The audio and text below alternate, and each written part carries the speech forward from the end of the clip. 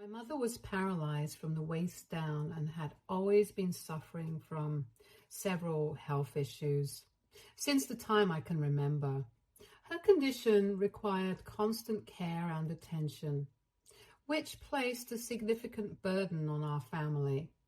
My father worked as a truck driver, so he was often gone for long hours, sometimes even days. Dad and I did everything we could to ensure Mom was comfortable and well cared for. However, his job's demanding nature meant that I had to shoulder a lot of the caregiving duties on my own. We had a nurse who would come to help out occasionally, but it wasn't often enough. We simply didn't have the financial means to hire a full-time caregiver. The times when the nurse was there felt like a relief, but those moments were rare. This left me with the responsibility of taking care of my mom for the majority of the time. Every day after school, I would come home and immediately tend to my mom's needs, whether it was helping her with her physical therapy exercises, preparing her meals, helping her to relieve herself in the bathroom, or just keeping her company. It was a full-time job in itself. There were so many days when I was exhausted and felt like I was missing out on my teenage years. While my friends were out having fun, I was at home ensuring Mom was okay. She was very needy and would not even let me leave her room to watch TV or do my homework. I would have to sit right next to her in bed while finishing up my assignments so that she could feel like she was helping me out in some ways. As you can imagine, by the time I graduated high school, I was utterly exhausted to be at home. The years of balancing schoolwork, caregiving, trying to maintain some semblance of a social life had taken their toll. I loved my mom dearly and never resented her, but the constant responsibility weighed heavily on me. I was drained physically, emotionally, and mentally. Despite the exhaustion, I knew I had done everything I could to make her life as comfortable as possible, given our circumstances. When it was time for me to choose a college, I deliberately picked the university that was the farthest from home. I knew that if I chose a closer school, I would be drawn back home every weekend to take care of Mom. I felt a profound sense of guilt about my decision, but I also recognized that I needed to prioritize my own survival and mental health. The years of caregiving had left me drained, and I needed a chance to recover and live my own life. My parents were not happy with my choice. My dad, in particular, insisted that I drop out of the university and take a gap year. He wanted me to apply to universities nearby so that I could continue to help take care of Mom. Meanwhile, Mom kept telling me that I could never live without her and that I was abandoning my family in their time of need. I argued back, saying that I had spent my entire life living under their rules and taking on responsibilities that were not typical for someone my age. I told them that it was time for me to get out and live my own life. My dad threatened to cut me off financially if I didn't listen to him. In a moment of anger and frustration, I told him it was time for him to step up and take care of his wife, instead of expecting a child half his age to shoulder the burden. My parents were furious and made their indignation clear. Mom cried for days, pleading with me to reconsider my decision. Up until the day I had to move out, she kept begging me to stay. Her tearful pleas and my dad's stern disapproval weighed heavily on my heart. But I stood my ground, knowing that if I didn't take this step, I would never be able to live my own life or heal from the years of emotional and physical exhaustion. It was one of the hardest decisions I ever had to make, but I knew it was necessary for my own well-being. When I finally moved into my college dorm, it felt surreal. I couldn't believe that I was finally free from the responsibilities that had defined my life for so long. The dorm room with its simple bed, desk, and closet, symbolized a new chapter. I was overwhelmed with a mix of emotions, relief, excitement, and a touch of sadness for leaving my family behind. During college, I tried my best to stay in touch with my parents. My dad, however, always resented me for leaving. Our conversations were often strained, filled with underlying tension and unspoken accusations. He couldn't understand my need to get away, and he held on to his bitterness. My mom, on the other hand, missed me terribly. Over time, she began to understand that I had no choice but to leave.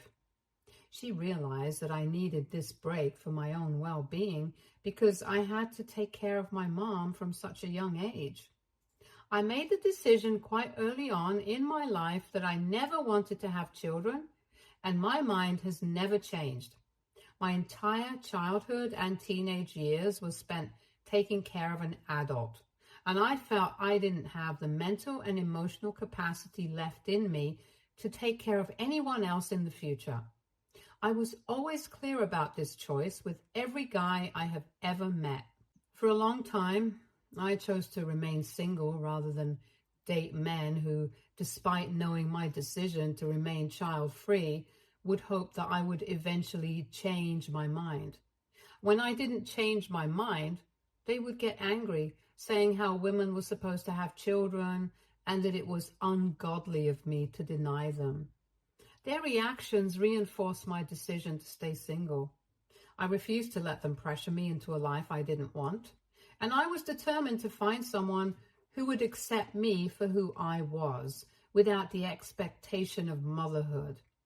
This is why, when I finally met James, who didn't want children just like me and instead wanted to travel the world, it felt like a match made in heaven. From the moment we started talking, I knew he was different. James shared my passion for travel and exploration, and also my firm decision not to have children. He told me that he had undergone a vasectomy a long time ago because he was sure he never wanted to be a father. It was such a relief to find someone who was on the same page as me. Besides our shared interest in remaining child-free, James was kind, helpful, and intelligent. His spontaneity matched mine perfectly, and together we could just up and travel anywhere we wished. With James, I've been over 20 different countries. Our adventures have taken us from the bustling streets of Tokyo to the serene beaches of Greece, and each journey has been an incredible experience. Now, don't get me wrong, we're not rich, and neither do we come from wealthy families. However, because we don't have children and both of us are adaptable adults, we've been able to keep our priorities straight. We prioritize experiences over material possessions, and we live frugally when necessary to save up for our next trip. Our love for travel and our commitment to living a child-free life had brought us closer together. It's a partnership based on mutual understanding and shared dreams, and it has made our life together incredibly fulfilling. Everything with James is great, but I can't say the same about his family. Early on, James warned me that his mother and sister are very difficult to get along with. He shared multiple stories about how these two women have always judged every girl he has ever dated, never really approving of them. Over the years, his family has been consistently judgmental and always had an opinion about his lifestyle. James enjoys being a free spirit, embracing spontaneity and adventure. But his family has always wanted him to settle down and have a traditional job. This clash of values has been a significant source of tension between them. The situation escalated dramatically back when James decided to get a vasectomy. His mother, Vinnie, was furious when she found out.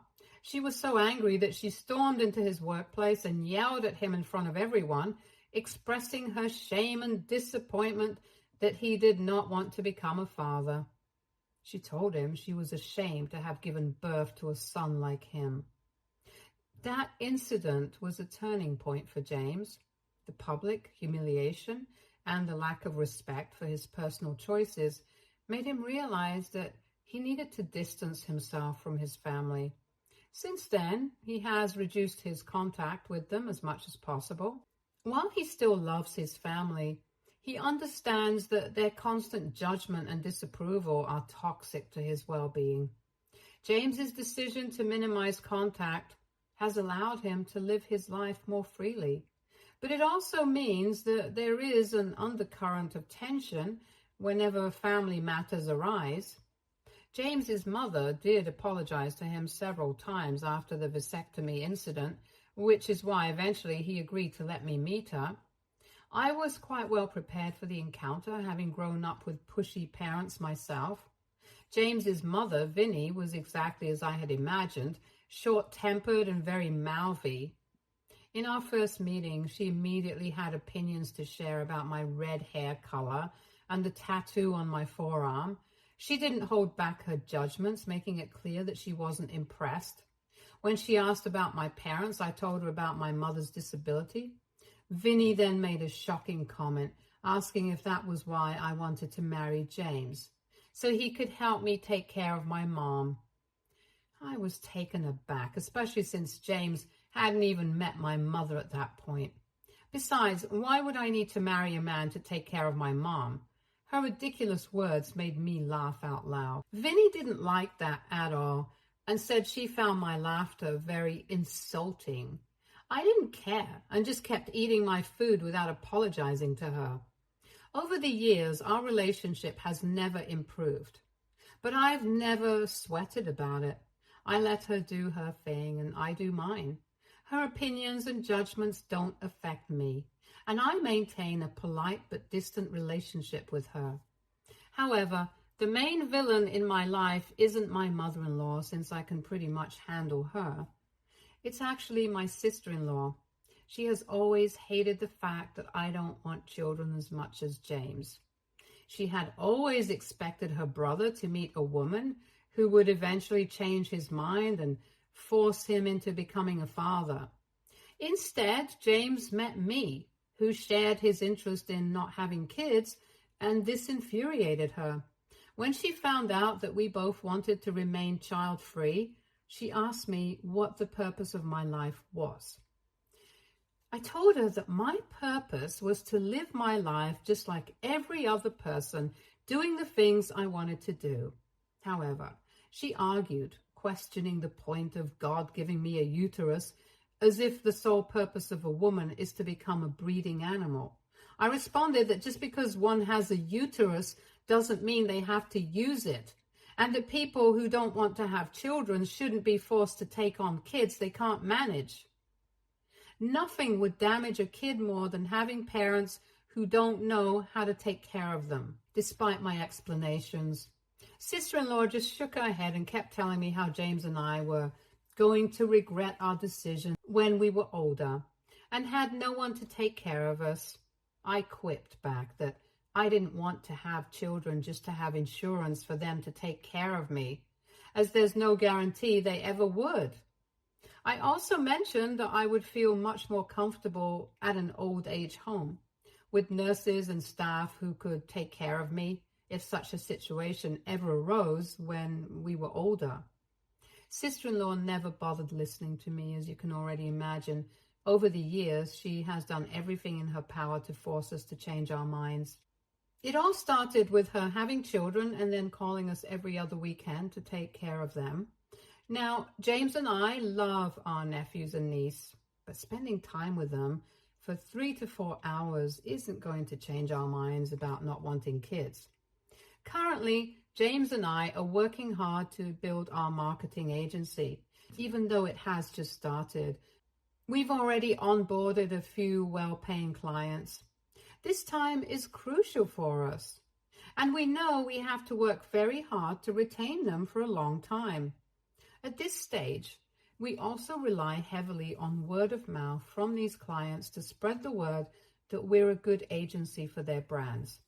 Because of this, James and I have been very busy with work and haven't even traveled anywhere. Sister-in-law is well aware of this. However, without ever checking in on us, she will just drop her kids off at our place, unannounced.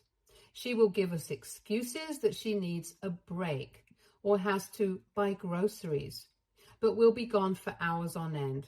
Whenever this happens, James tries to take care of the kids for about an hour before he gets quickly irritated. He then ends up switching on the TV for them and lets them watch whatever they want to. Kids being kids get quickly bored and want attention, so then they start wailing or fighting amongst themselves, which is when I am forced to leave my work and play with them. I know they're just kids, but due to all of this, I've started to resent them, and I know for a fact that James does too. This situation is frustrating because we are trying to build something important, and every interruption feels like a step backward from our future. Despite my best efforts to maintain a good relationship with my sister-in-law, her constant disregard for our time and work commitments is creating a significant strain. We have had several talks with her, but she just dismisses our feelings, saying her kids are practically related to us by blood and that we should learn to live with them. This is why for the past 2 months, James and I have been escaping to cafes to work, just to avoid his sister's unannounced child drop-offs. Whenever she would show up at our place, we'd tell her we were out meeting a client or had an important meeting that day. This way, we knew she couldn't leave the kids with us any longer. Of course, my sister-in-law would get furious that we were unavailable and would demand we come back home, but James would argue back, insisting she needed to watch over her own kids instead of pushing them onto us all the time. Later, my mother-in-law would call James to reprimand him about not helping his sister enough and how difficult it is for her to be a parent of 3. I would encourage James to tell her that if she cared so much about sister-in-law, then she should start taking care of the children herself. This would infuriate mother-in-law even more, as she'd then make excuses about being too old and having done more than enough. She would then continue to insist that we were young and needed to be around children. While we respected her perspective, we couldn't compromise on our priorities. The cafes provided us with a sanctuary where we could concentrate on client meetings, strategy sessions, and creative work without the unexpected disruptions that came with sister-in-law's unannounced visits. This strategy has been working well for us for quite some time, and while it hasn't resolved the underlying family tensions, it's given us the space we need to prioritize our work and maintain our sanity. Recently, my mother succumbed to her ongoing illness. When my dad called to deliver the news, I was devastated and completely shattered. Despite the distance that had grown between me and my parents over the years, I still loved my mother deeply, and the realization that she was no longer with us was incredibly painful. James and I immediately booked a car to drive back home, a journey that would typically take 3 to 4 hours depending on traffic. However, just as we were on our way, sister-in-law called James. She informed him that she was exhausted and needed a mental break, asking him to take care of her kids. James explained to her about my mother's passing and expressed his inability to help at that moment. He assured her that after we returned from the funeral, he would be available to watch over the kids so she could have her break. But sister-in-law's response shocked us both. She had the audacity to suggest that we take her kids with us to the funeral. She thought it would be a good idea for them to enjoy a long drive and spend a few days with us. I could hear every word she said because James had her on speakerphone in the car. I was baffled by her insensitivity and rolled my eyes. This was my mother's funeral, for God's sake, not a joyous trip to Disneyland. Her kids had never even met my mom, and the thought of bringing them to an event where people would be grieving was completely inappropriate and disrespectful to everyone. including me. Sister-in-law didn't even bother to ask James about me or how I was doing, yet wanted us to just take her kids off her hands. James again declined her and told her that he was driving, so he would have to call her back later. During my mom's funeral, I received only a couple of texts from my mother-in-law and sister-in-law offering their condolences. I didn't hear from them over the phone, but I wasn't too bothered at that time because my focus was entirely on honoring my mom's memory and supporting my family through this tough period. On the day of the burial, James started receiving numerous missed calls from his mother, which he chose not to answer. Since I had left my phone at home, I couldn't be sure if they had tried to reach out to me as well. When we returned home after the funeral in the afternoon, I was surprised to find several voicemails waiting for me from sister-in-law and mother-in-law. I initially thought they were reaching out to express sympathy for my mother's passing, but to my surprise, there were multiple voicemails demanding that James and I come back immediately to watch over the kids. They explained they wanted to go on a shopping spree, which left me taken aback and hurt as I listened to voicemail after voicemail from both of them, insisting on our return. James heard the messages too and immediately called his sister to confront her about their inappropriate demands. Like me, he was starting to get really frustrated with their insensitivity and selfishness during such a difficult time. We found it incredibly insensitive that they were more concerned about their own plans than understanding the emotional toll losing my mom had on me and James.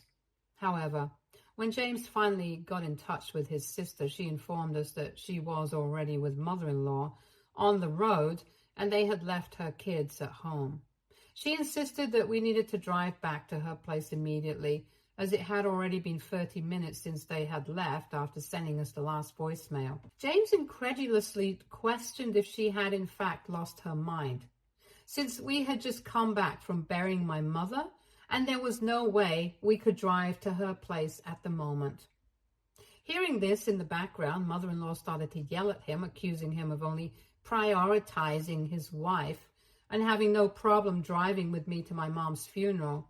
She said he should also prioritize his family and have no issue driving back immediately and taking care of his nephews and niece. James pointed out how they could not just force us to drop everything for the kids, especially when we were still in mourning. However, sister-in-law defended herself, stating that she had left the TV on and provided enough food for the children so we didn't have to do much for them. But she insisted that we needed to return home as soon as possible because the kids would get hungry soon. My eyes widened in shock as I started to realize that she sounded quite serious. As a result, my husband and I decided to drive to her home, even though we were exhausted. We called sister-in-law several times throughout our drive, but she let our calls go to voicemail each time. We kept hoping and praying that she was probably pranking us and that she would not actually abandon her own children. When we finally arrived at her place, our worst fears were tragically confirmed. We entered her living room to find all her 3 kids in a state of distress, hungry, crying, and visibly shaken. The sight of their tear-streaked faces and desperate cries tore at our hearts. It was clear they had been left alone for far too long and looked very relieved to see us there. Immediately, we rushed to comfort them, providing food and soothing words as we assessed the situation. Guilt and anger surged within us, and how could sister-in-law have been so reckless, so indifferent to her own children's well-being? However, to our further horror, we discovered James's niece in distress, as she had half a crayon stuck in her nose. She was apparently playing around with crayons and was now struggling to breathe properly. We had no idea how long she had the crayon up in her nose, so we immediately dialed 911, explaining the urgent situation. We also had to explain how sister-in-law had abandoned her children, leading to their critical condition, since we didn't want to be implicated in this incident. The ambulance and police arrived swiftly, and we recounted the events. We informed them about how we were at my mother's funeral and then had to rush back home after sister-in-law had already left the kids all on their own. Eventually, CPS was notified, and by then, we knew this was a serious matter. Later, when sister-in-law and mother-in-law arrived, seemingly oblivious to the severity of the situation, carrying multiple shopping bags, they were shocked to see police and CPS personnel speaking with us. Sister-in-law erupted in anger, accusing us of betraying her and attempting to harm the custody rights of her children. She tried to explain how she had left the kids at the safety of her home and that she knew me and my husband would drive back home immediately, so her kids were never actually in any real danger. Fortunately, CPS and the police didn't agree with her. Following these events, sister-in-law has been arrested for abandonment, and the children have been put under our care temporarily since their father lives in another country and will take some time to fly back home. Mother-in-law is furious at James and me for involving the authorities and has threatened legal action against us. According to her, we have mentally harassed and endangered her daughter by getting her arrested for no reason, as this could lead to sister-in-law losing custody rights permanently. Are we the a-holes for reporting sister-in-law and possibly ruining her life? Update 1. Okay, so instead of repeating myself in the comments, I'm going to clear up a few things here. James's father passed away when he was quite young. This is why mother-in-law and sister-in-law have always been so involved in his life, as they both feel they have practically raised him together.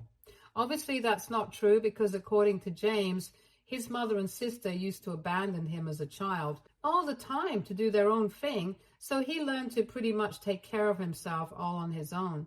This is also the number one reason why he has never wanted to have kids after watching his mother be such a terrible parent to him and his sister. My husband does stand up to them all the time, but they just refuse to take no for an answer. Sister-in-law and her ex-husband are divorced. Her ex currently lives in another country for his job, but he's flying back soon to take on the responsibility of the kids.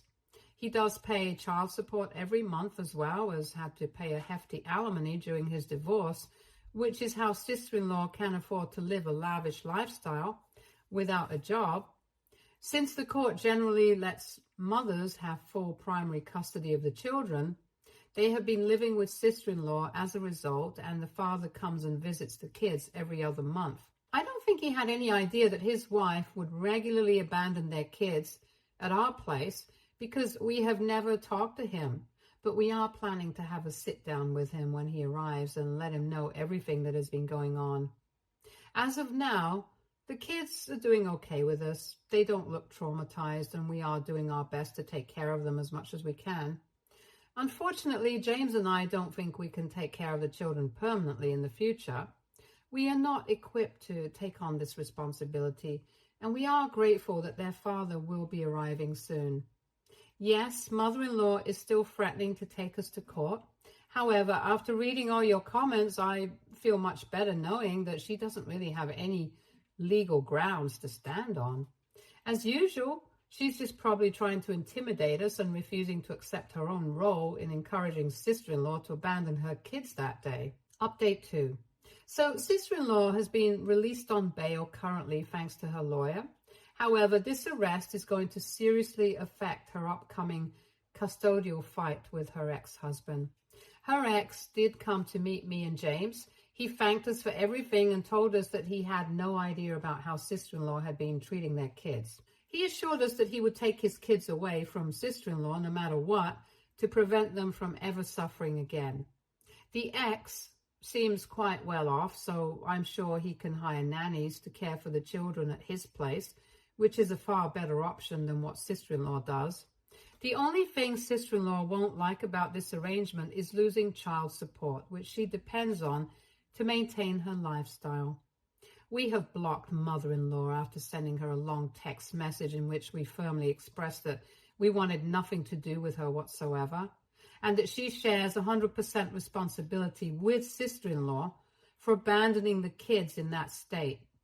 We further informed her that we were done with her narcissistic behavior, and if she ever approached us again, we wouldn't hesitate to get a restraining order against her.